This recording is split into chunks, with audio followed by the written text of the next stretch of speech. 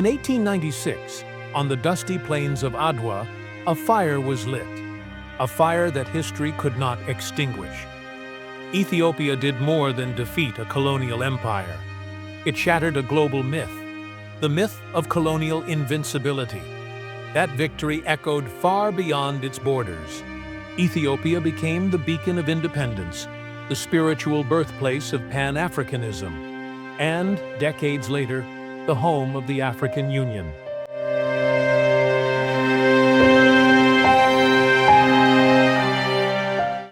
But today, another revolution is unfolding.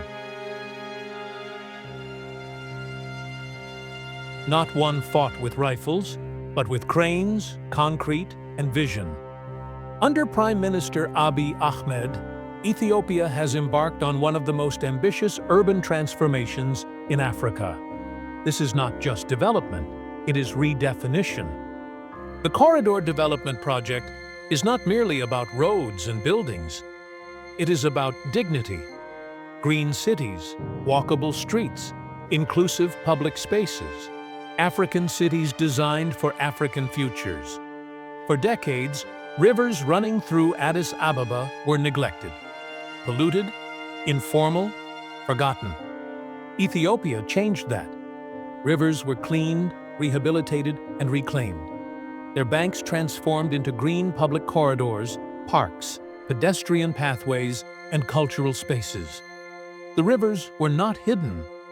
They were returned to the people. From the full renovation of the historic National Palace to expansive parks and restored waterways, Ethiopia sent a powerful message to the world.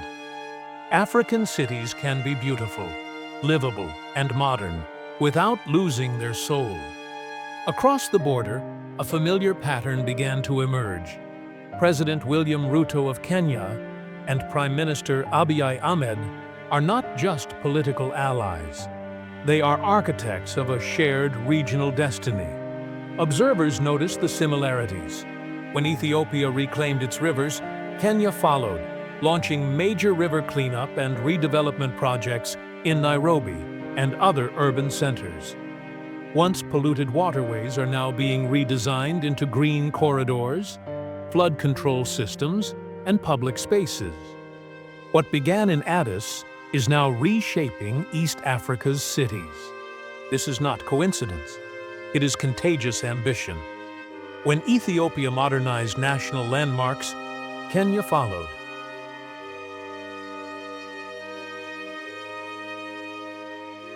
When Addis Ababa launched large-scale urban renewal, Nairobi accelerated its green city agenda. East Africa is not competing against itself. It is rising together. Ethiopia recently inaugurated the Grand Ethiopian Renaissance Dam, a nearly $5 billion project, the largest hydroelectric dam in Africa, funded entirely by Ethiopians. In September 2025, Kenyan President William Ruto attended its official inauguration, openly praising Ethiopia's model of African-led development and calling on Kenya to mirror it. Listening to you, Prime Minister Abiy, you not only inspire your own people in Ethiopia, you inspire our people in the region.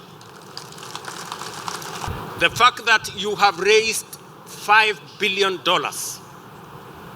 without debt, without borrowing, without support from others, makes us believe that indeed Africa can take charge of its own destiny.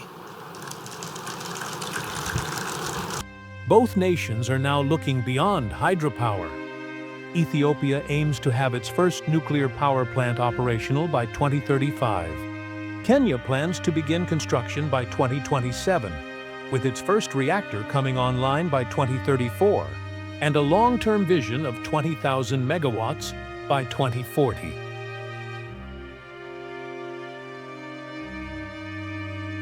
In industry, Ethiopia is building massive urea and fertilizer complexes, strengthening domestic production and food security. Kenya is responding with its own agricultural manufacturing hubs, ensuring sovereignty from seed to harvest. Africa is no longer exporting raw potential. It is processing, producing, and powering itself. Ethiopia has announced a $10 billion mega airport in Bishoftu, capable of handling 100 million passengers annually.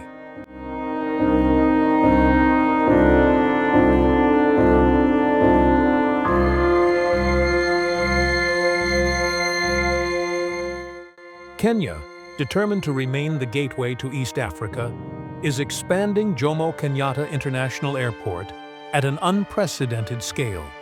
Speaking to members of the Dawoodi Bora community in Nairobi, the head of state said the country's journey towards first world status will be unstoppable. Africa is connecting itself to the world and to its future.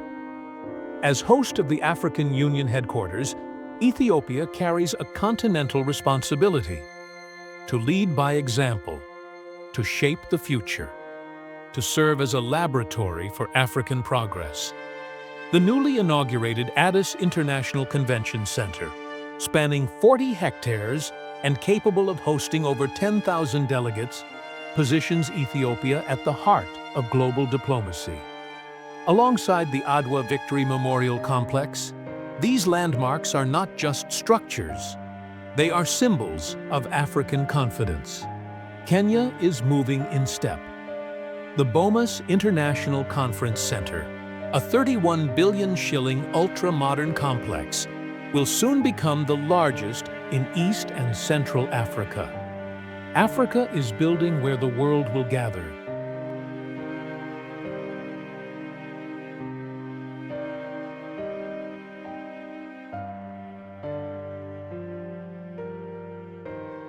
The world is paying attention. Across social media, African and global creators arrive in Addis Ababa, astonished by the speed, scale, and clarity of transformation. They no longer call it developing, they call it leading. And their message is unmistakable. This can be done. That I show you guys of Africa. Africa is getting to the next level. From Uganda, and currently we are exploring the beautiful city projects in Addis Ababa, guys. I'm wishing the same for Uganda as well. Yeah, you're wishing the same for Uganda. Yeah, I'm wishing the same for Uganda. It's so pretty, so nice. Just to show like the modern side of Addis Ababa. Like look at that skyscraper. Like this is not Africa that you expect, guys. Addis Ababa is a super clean, modern city. It's improving so much. The infrastructure development in this beautiful country is really mind-blowing, man. Can you believe it? This is Africa. I'm about to show y'all a drone shot of Ethiopia. It looks crazy at night. All right, go ahead, go to drone, go to drone, go to drone.